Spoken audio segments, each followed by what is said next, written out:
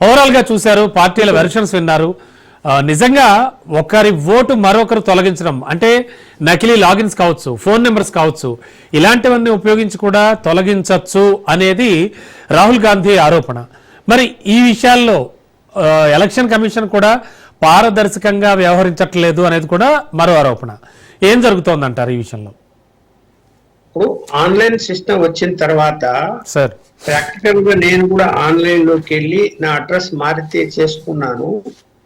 నాకు అనిపించింది ఏమిటంటే, మనము అడ్రస్ చేంజ్ చేసినా కూడా వాళ్ళు వెంటనే యాక్సెప్ట్ చేయరు, ఎంక్వైరీకి వస్తారు. మళ్ళీ మనం ఏ అడ్రస్ అయితే చేంజ్ చేస్తామో అక్కడ ఉన్నారా లేదని వచ్చి చూసి తర్వాత వెళ్ళి ఎంట్రీ చేస్తారు.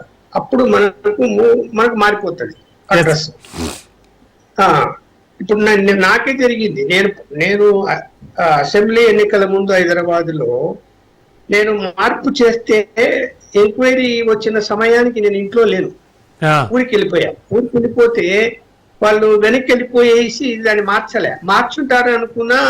మరి ఏమో నాకు ఫోన్ కూడా చేయలేదు కదా అనుకున్నా, మెసేజ్ రాలేదు అనుకున్నా. తీరా చూస్తే నా ఓటు అసలు నియోజకవర్గమే మారిపోతుంది. నేను గాంధీనగర్ లో ఉంటే ముషీరాబాద్ లో నా ఓటు అది.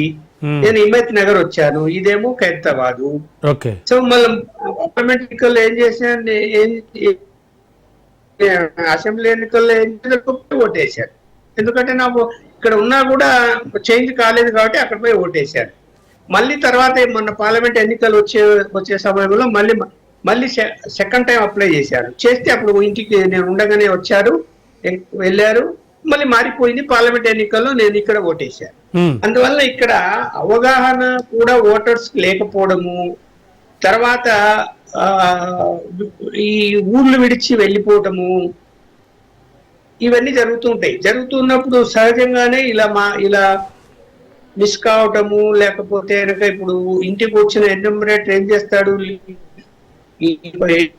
బాడులో ఉంటే చెప్తాడు వాళ్ళు కాల్ చేసి వెళ్ళిపోయారు అంటే ఈయన ఎక్కడ ఉంటారో తెలియదు కదా, కాబట్టి రిమూవ్ చేస్తాడు. ఇప్పుడు మనమంటే ఇల్లు మారేవన్నీ నా ఆన్లైన్ లో అప్లై చేసుకున్నా, అలాంటిది కామన్ మ్యాన్ రిక్షా ఎక్కువ అంటే నడుపు వాళ్ళకి అలాంటి ఆలోచన ఉంటుందా? ఉండదు. అయితే వాళ్ళు ఎంఆర్ఓ ఆఫీసులకు వెళ్ళి మీరు అప్లై చేసుకోండి అని ప్రకటిస్తున్నారు, కానీ ఆ ప్రకటన వాళ్ళ వరకు వెళ్ళటం లేదు, వాళ్ళు పోయి చేంజ్ చేసుకోవడం లేదు. అప్పుడు ఏమైపోతుంది, ఒక నియోజకవర్గమే మారితేనే అలాంటి ఇబ్బంది ఉన్నప్పుడు ఇంకా జిల్లాలు వదిలి వేరే రాష్ట్రాలకు పోయిన వాళ్ళ సంగతి ఇంకా అంతకంటే పెద్ద ఇబ్బందే కదా. ఖచ్చితంగా రిమూవ్ చేస్తారు. మళ్ళీ వాళ్ళు అక్కడికి వచ్చి మన ఓటు లేదు అని చెప్పి వాళ్ళని మనం ఇంటికి తెచ్చుకోలే బతికే ఉన్నట్టు మనమే చేయలేదు. రెండోది ఏంటి, రాహుల్ గాంధీ ఇంకో మాట అన్నాడు, ఆయన మాట్లాడిన చూశాడు. ఏమంటాడంటే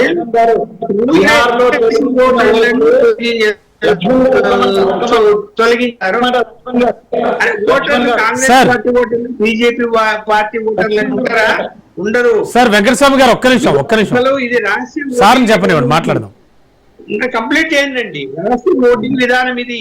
మీ పార్టీ అభిమానులు ఉంటే ఉండొచ్చేమో గానీ కాంగ్రెస్ ఓటర్లు అంటే ఎక్కడ ఉండరు, బీజేపీ ఓటర్లు అంటే ఎక్కడ ఉండరు. అసలు ఆ మాటే వాడకూడదు. కాంగ్రెస్ ఓటర్లని కాంగ్రెస్ ఓటర్లు తీసేశారంటాడు. ఓటర్లను తీసేశారు అంటే సార్ కాంగ్రెస్ కి ఫేవర్ గా ఉన్న నియోజకవర్గాల్లో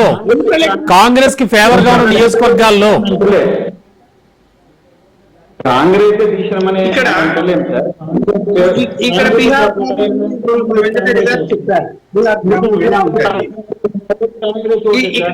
వెంకటస్వామి గారు ఒక్క నిమిషం మీరు మాట్లాడకండి, ఒక్క సెకండ్ సార్. చూడండి, మనం ఓపెన్ గా మాట్లాడుకున్నాం. నేను కూడా ఆంధ్ర వాడిని. నేను 30 సంవత్సరాల క్రితం హైదరాబాద్ వచ్చాను జర్నలిస్ట్ గా. వచ్చిన తర్వాత ఒక 6 నెలలకు మా ఓటర్లు ఎన్యూమరేషన్ జరుగుతున్నప్పుడు మా ఇంటికి వచ్చారు. అక్కడ మా తమ్ముడు ఉన్నాడు. ఇట్లా ఉప్పల్ లక్ష్మణ్ రెడ్డి అంటే హైదరాబాద్కి వెళ్ళారు. నాకు ఫోన్ చేశాడు మా తమ్ముడు, ట్రంకాలు బుక్ చేశాడు కూడా, అప్పుడు మొబైల్ లేవు. ఇట్లా ఓటర్ లిస్ట్ లో పేరు ఉంచాలంటే లేదు, హైదరాబాద్కి వచ్చాను, నువ్వు తీసేసేయి అని చెప్పాను. నా పేరు నా మిసెస్ పేరు తీసేపించాను అక్కడ. ఆ రోజు ఇక్కడ నేను ఎన్యూమరేట్ చేసుకున్నా, నాకు 30 ఇక్కడ ఓటు హక్కు ఉంది, అక్కడ లేదు. కానీ 22 లక్షల మంది ఆంధ్ర ఓటర్లు హైదరాబాద్ చుట్టూ హైదరాబాద్ లో ఇప్పటికీ ఉన్నారు. మరి కాంగ్రెస్ వాళ్ళు కానీ, బీజేపీ వాళ్ళు కానీ, తెలుగుదేశం వాళ్ళు కానీ బీఆర్ఎస్ పార్టీ వాళ్ళు కానీ ఎందుకు తొలగించలేకపోతున్నారండి? ఉమ్. అక్కడ ఎందుకు అక్కడన్నా తొలగించాలి, ఇక్కడన్నా తొలగించాలి అడుగుతున్నారు ఎవరన్నా. అరే కార్లు వేసుకుని వెళ్తున్నారు ఓట్లు వేయడానికి, మనమే చూస్తున్నాం విజువల్స్. కార్లలో బస్సులో వెళ్ళిపోతున్నారు కోస్తా ప్రాంతానికి ఓటు వేయడానికి అని వస్తున్నారని మనం విజువల్స్ చూస్తున్నాము. మరి ఏంటి ఇది చెప్పండి నాకు సమాధానం. ఈ 22 లక్షల మంది ఓటర్లను ఎందుకు తొలగించారు? ముందు ఎవరు రాజకీయ పార్టీలు కదా అడగాల. ఎలక్షన్ కమిషన్ నిద్రపోతాను నేను కూడా అంటాను. ఇప్పుడు ఎవరు ఓట్లు చోరీ చేసినట్టు? ఈ ఓట్లు ఎవరు చోరీ చేసినట్టు? ఈ 22 లక్షలు దానికి సమాధానం చెప్పాలా? ఇక్కడ మనం ఎలక్షన్ కమిషన్ నిందలు వేయడం కాదు, మనం ముందు రాజకీయ పార్టీలు తప్పు చేస్తున్నాం, మనకు తెలిసి కూడా మనం ఊరుకుంటున్నాం సైలెంట్ గా. ఓట్లేస్తాడు. Okay sir, sure sir, sure sir. Sir Laxman గారు ఒక్క నిమిషం ఇప్పుడు సార్, ఒక్క నిమిషం. వెంకటస్వామి గారు బీహార్ విషయం మాట్లాడండి. ఆంధ్రప్రదేశ్ తెలంగాణ విషయం తర్వాత మాట్లాడితే ముందు బీహార్ విషయం మాట్లాడండి. వెంకటస్వామి గారు ఒక్క నిమిషం. వెంకటస్వామి గారు ఒక్క నిమిషం. సార్ వెంకటరెడ్డి గారు సార్ ఒక్క నిమిషం. బీహార్ ఎవరైతే పేద వర్గాలు ఉన్నారో వాళ్ళు మొత్తం భారతదేశ వ్యాప్తంగా వెళ్ళి వాళ్ళు జీవిస్తూ పనులు చేసుకుంటూ ఉంటారు. అందరికి సొంత ఇల్లు ఉండకపోవచ్చు, బాడగిళ్ళ నుంచి వచ్చి ఉండొచ్చు, లేదు తల్లిదండ్రులు అక్కడ ఉంటే వీళ్ళు ఫ్యామిలీలు ఇక్కడికి వచ్చి ఉండొచ్చు. ఎన్యూమరేషన్ పోయినప్పుడు ఎక్కడ పోయినారు మీ వాళ్ళు అంటే హైదరాబాద్ పోయినారనో లేకపోతే గుజరాత్ పోయినారనో ఏదో చెప్పినప్పుడు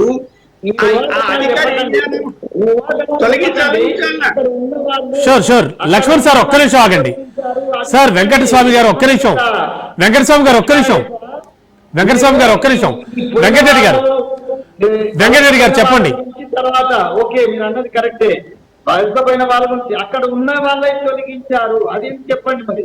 అది అక్కడ ఉన్న వాళ్ళని తొలగించారంటే నేను నా ఉదాహరణ ఎందుకు చెప్పానంటే ఏరియా మారి ఉండొచ్చు, మారినప్పుడు కూడా రెంటులో ఉన్న ఓనరు నాకు తెలియదని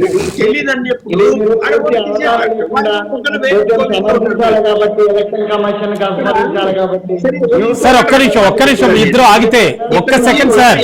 కమిషన్ మీద సార్ ఒక్క సెకండ్. ఎలక్షన్ కమిషన్ మీద షూర్ సార్, షూర్ సార్ ఒక్క సెకండ్. రాష్ట్రంలో ఓటర్ జాబితా సేకరించేది ఎవరు? రీడివిజన్ జరిగితే చేసేది ఎవరు? రాష్ట్ర ఎంప్లాయీసే కదా, స్టేట్ గవర్నమెంట్ కంట్రోల్లో ఉంటారు కదా, టీచర్లు చేస్తారు కదా, వాళ్ళు కూడా స్టేట్ గవర్నమెంట్ కంట్రోల్లో ఉంటారు కదా. ఉన్నప్పుడు తప్పులు వాళ్ళ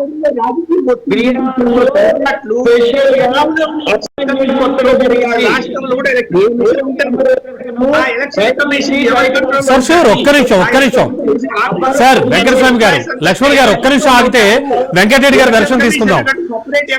ఒక్క సెకండ్ సార్, ఒక్క సెకండ్. వెంకటరెడ్డి గారు మాట్లాడండి, మీరు చెప్పండి సార్. ఇప్పుడు ఓవరాల్ గా చూస్తే కనుక ఒక సెంట్రలైజ్డ్ సిస్టమ్ తో నకిలీ సాఫ్ట్వేర్ ను ఉపయోగించి అలాగే అంటే ఓట్ల చోరీ అయితే మాత్రం ఖచ్చితంగా జరిగింది అంటున్నారు రాహుల్ గాంధీ. వెంకటరెడ్డి గారు షూర్ సార్ ఒక్క నిమిషం. వెంకటరెడ్డి గారు మాట్లాడండి.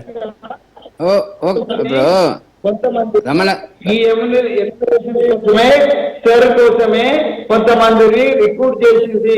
ఆ రిక్రూట్ చేసినటువంటి ఎలక్షన్ కమిషన్ ఆ ప్రాంతానికి కానీ రాష్ట్రానికి కూడా సంబంధం లేని వాళ్ళని చాలా మందిని అక్కడ రిక్రూట్ చేసింది.